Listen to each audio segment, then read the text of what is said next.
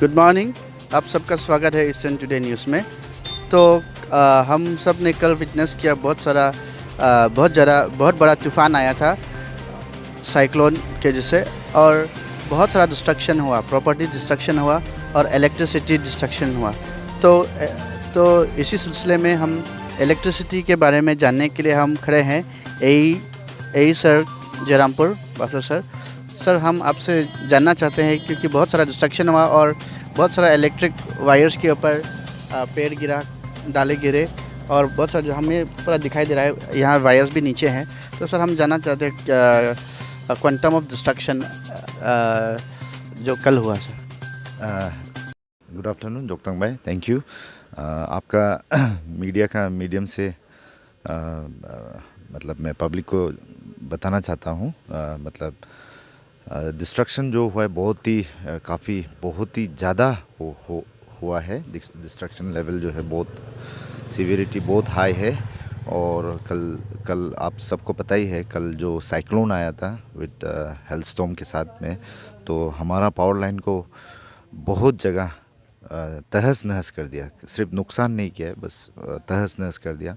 तो we receive और power supply from लेकापानी। Assam से हम पावर सप्लाई ड्रॉ करते हैं। तो लेकापानी से लेके जागुन हमारा इट्स अराउंड लाइक 20 किलोमीटर जो पावर लाइन है। तो फिर वहाँ से जागुन से लेके फिर जयरामपुर भी अनदर 10 किलोमीटर अप्रॉक्सीमेटली है जो पावर लाइन है। तो इस स्ट्रेच में भी बहुत सारा नुकसान हुआ है, स्पेशली बड़ा पेड़ गिर के मतलब हमारा पावर लाइन को बहुत ही डैमेज किया है। तो फिर उसके बाद एक्चुअली हमारा जो पावर डिस्ट्रीब्यूशन जो है वो मतलब हम लोग इसमें दो टाइप का है, एक एचटी लाइन हो गया और एक एलटी लाइन हो गया। हमारा जो लाइन आ रहे हैं वहाँ से लेकापानी से, वो 33 केवी एचटी लाइन आते हैं। फिर यहाँ हमारा लोकली फिर उसको हम लोग 11 केवी और 440 एलटी लो टेंशन लाइन में डिस्ट्रीब्यूट करते हैं। तो यहाँ जयरामपुर टाउनशिप में हमारा जितने भी ज़्यादातर लो टेंशन लाइन जो कंज्यूमर एंड तक जाते हैं बिजली, वो बहुत सारा डैमेज हुआ है। जैसे कि आप ये सब देख रहे हैं, ये भी पूरा टाउनशिप का लो टेंशन लाइन है, ये पूरा डैमेज हुआ है। तो फिर उसके बाद यहाँ के जितने भी पेरी गांव है, जैसे हमारा न्यू खामदू, ओल्ड खामदू, वहाँ पे भी बहुत सारा डैमेज हुआ है। फिर 17 माइल एरिया में तेरित नगर एरिया, फिर उसके बाद बीकेवी जयरामपुर एरिया, वो सब एरिया बहुत ही क्वांटम ऑफ डैमेज बहुत हाई है। तो हम सुबह से सर्वे कर रहे हैं, असेसमेंट कर रहे हैं डैमेज का उसको। वही है कि मतलब it will take some time and मैं पब्लिक को बताना चाहता हूँ। तो हम लोग स्ट्रेटजी बनाया है। पहले हम लोग मेन लाइन 33 केवी एचटी लाइन को हम लोग रिपेयर करेगा, रिस्टोर करेगा। फिर उसके बाद हम लोग लो टेंशन लाइन डिस्ट्रीब्यूशन वाला एंड में उसको हम लोग रिपेयर करेंगे। तो जो हमारा लेकापानी से लेके जागुन उधर ही हमको अभी के असेसमेंट के मुताबिक it will take at least 3 days. जो हमारा बड़ा पेड़ गिरा हुआ है लाइन पे, तो उसको क्लियर करने में ही हमको अभी मतलब 1.5 से 2 दिन लग सकता है। तो उसमें भी फिर उसके बाद हम लोग और बहुत सारा जगह पोल भी टूट गया है, मतलब बड़ा पेड़ गिरने की वजह से। फिर उसके बाद तामुल गाछ, बम्बू ये सब तो है ही है, लेकिन बड़ा पेड़ बहुत ज़्यादा डैमेज किया हुआ है। तो उसी स्ट्रेच में ही हमको जयरामपुर तक पहुंचने में ही हमको 4 से 5 दिन लग सकता है लाइन लेके आने में। फिर उसके बाद हम लोग मेन लाइन वंस हम लोग वो रिस्टोर करने के बाद फिर हम लोग का ये टाउनशिप में आएंगे। फिर उसके बाद जितने भी फेरी गांव है उसको भी हम लोग साइमल्टेनियसली रेस्टोरेशन वर्क चल रहा है। तो सर सेकंड सवाल है आपसे, रेस्टोर करने के लिए कितना समय लगेंगे?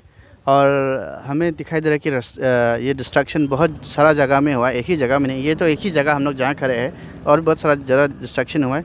तो सर हम आपसे जानना चाहिए कितना फ़ंड लगेंगे इसमें, और आपने हायर अथॉरिटी को कन्वे किया है कि नहीं ये मैसेज कि ये कल का जो साइक्लोन जैसा आया था और डिस्ट्रक्शन जो है इसके बारे में आपने कन्वे किया है कि नहीं सर? ओके, ये फर्स्ट ऑफ ऑल रेस्टोरेशन मैंने पहले भी आपको बताया, मतलब हमारा मेन लाइन हमको जयरामपुर तक ही सप्लाई लेके आने में it will take around 4 to 5 days। मतलब थोड़ा ऊपर नीचे हो सकता है, लेकिन मतलब अभी आज का असेसमेंट के मुताबिक हमारा 4 से 5 दिन लग सकता है। And then and we have increase our manpower also. हम लोग बाहर डिपार्टमेंट के अलावा हम लोग बाहर से भी कुछ मतलब अरेंजमेंट किया है। थोड़ा सा मतलब मैन पावर हमने बाहर से भी, डिपार्टमेंट को छोड़ के बाहर से भी अरेंजमेंट किया है। फिर उसके बाद हमने नामपोंग से बुलाया, मनमाओ से बुलाया हमारा staff, and we are getting assistance from Miao and Kharsang also, वहाँ से भी हमें मैन पावर मिला है। तो उसके बाद ये तो main line restoration will take around 5 days। फिर उसके बाद जयरामपुर टाउनशिप के अंदर, स्पेशली टाउनशिप में बहुत टाइम लग सकता है। मतलब इट विल टेक अनदर मतलब 7 to 8 days मेरा असेसमेंट के मुताबिक, क्योंकि जो LT लाइन जो डैमेज हुआ है, लो टेंशन लाइन जो डैमेज हुआ है टाउनशिप में, बहुत ही ज़्यादा। आपका प्रेम नगर बोलिए, ये आपका टाउनशिप बोलिए, पोस्ट ऑफिस कॉलोनी बोलिए, फिर वहाँ फॉरेस्ट कॉलोनी, और आपका न्यू खमदूत तरफ में भी बहुत, और मेन मार्केट एरिया भी बहुत डैमेज, बहुत ज़्यादा है। तो it will take around 7 to 8 days, but हम लोग कोशिश करेंगे उससे पहले हो जाए, और हम लोग फेज़ वाइज हम लोग रिस्टोर कर रहे हैं। फिर उसके बाद मैंने यहाँ के लोकल ब्रांच मैनेजर को भी इन्फॉर्म कर दिया है, और जितने भी मोबाइल टावर्स वाला वो है केयर टेकर है, मोबाइल टावर के जो केयर टेकर है, उनको भी मैंने उन लोगों का जो DG सेट वगैरह है उसमें मतलब तेल एकदम सफिशिएंट रखने के लिए बोला है। क्योंकि बिकॉज अगर टावर नहीं रहने से फिर वो आपका नेटवर्क का इशू हो जाता है। फिर मैंने यहाँ के लोकल CHC जयरामपुर को भी इन्फॉर्म कर दिया है हॉस्पिटल में कि वो भी अपना DG सेट एकदम रेडी रखे। तो और higher authority, yes, everyone is aware, मतलब my executive engineer sir, sir, वो कॉन्स्टेंटली मॉनिटर कर रहे हैं सिचुएशन, और यहाँ के local administration, learned ADC sir, और हमारा डिस्ट्रिक्ट प्रशासन, learned DC sir, he is also aware of the situation. और एंड हमारा यहाँ के local honourable sir, Simai sir भी कॉन्स्टेंटली मॉनिटर कर रहे हैं सिचुएशन को। तो हमको सब तरफ से मोरल सपोर्ट एंड वो सपोर्ट मिल रहे हैं। तो एंड देन फ़ंड के बाद रहा बात फंड इसमें तो काफ़ी, अभी हम लोग एग्जैक्ट अमाउंट तो हम नहीं बता पाएंगे, बिकॉज हमारा असेसमेंट अभी भी चल ही रहा है। तो लेकिन थोड़ा फ़ंड तो लग जाएगा, इसमें अच्छा खासा फ़ंड लगेगा इसको वो करने के लिए। फिर भी तो मैं आपके इससे मतलब मेरा हायर अथॉरिटीज़ लोग इसको थोड़ा सा जल्दी कुछ हम लोग को रिलीफ के लिए कुछ थोड़ा फ़ंड रिलीज़ करने से भी ठीक है।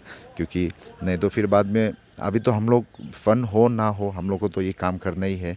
तो फिर बाद में डिपार्टमेंट का बहुत सारा लायबिलिटीज़ रह जाता है, और कभी कभी काम ख़त्म हो जाने के बाद, रेस्टोर हो जाने के बाद, मतलब ये फंडिंग भी कभी कभी वो हो जाता है, मतलब थोड़ा गैप हो जाता है। तो इसीलिए मैं रिक्वेस्ट करता हूँ कि मतलब इसके लिए भी थोड़ा हम लोग को तो थोड़ा सा फंडिंग, कुछ इमीडिएट रिलीफ के लिए थोड़ा सा, और मेन तो हमारा मटेरियल का ही है। मटेरियल, पोल, कंडक्टर और जितने भी एक्सेसरीज आइटम है, बहुत सारा जगह टूट गया है, ख़राब हो गया है। तो वो उसको हम लोग रीयूज़ करने की हालत में नहीं है, तो इसीलिए हमें नया प्रोक्योर करना पड़ेगा उसके लिए। तो हाँ, तो सर हम आपसे लास्ट क्वेश्चन करना चाहते हैं सर। हम लोग का जो वायर है ऊपर लाई करता है, जहाँ पेड़ है, अगर हवा देगा तो बहुत सारा चांसेस है पेड़ का डाल गिरेगा, या तो पेड़ खुद ही गिर जाएगा, तो वायर्स पूरा दब जाएगा नीचे, मतलब नीचे पूरा गिर जाएगा। तो हम आपसे जानना चाहते हैं कि अंडरग्राउंड वायरिंग जो होता है उसके लिए कुछ प्रोविज़न है कि नहीं आपके डिपार्टमेंट साइड से, और हम आपका मैसेज जानना चाहते हैं पब्लिक के लिए सर। वही 2 क्वेश्चन है।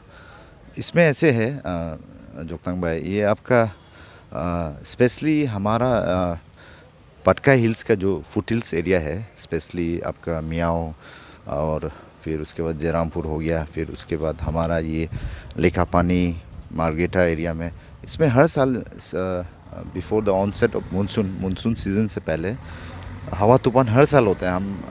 हमारा एक्सपीरियंस भी हो गया, मतलब इसमें मैंने देखा है।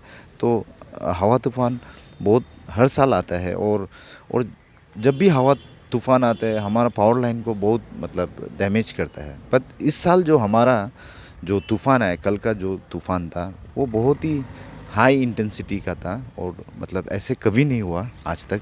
मतलब कल का जो साइक्लोन जो हमारा पावर लाइन को जो डैमेज किया, इतना डैमेज आज तक कभी नहीं हुआ। तो यहाँ पे दिस एरिया, मतलब पटकाई के जो फुटिल्स एरिया है, इट्स डेफिनेटली मतलब हवा तूफ़ान प्रोन एरिया है। इसमें बहुत मतलब ये होता है, हर साल होता है, स्पेशली मानसून आने से पहले, और मानसून ख़त्म होने के बाद भी एक आता है, मतलब विंटर से पहले। तो उसमें भी एक बहुत ख़राब हवा तूफ़ान आता है। तो इसीलिए जो आपने कहा जो अंडरग्राउंड सिस्टम है, वो underground distribution, yes we have, होता है ऐसे।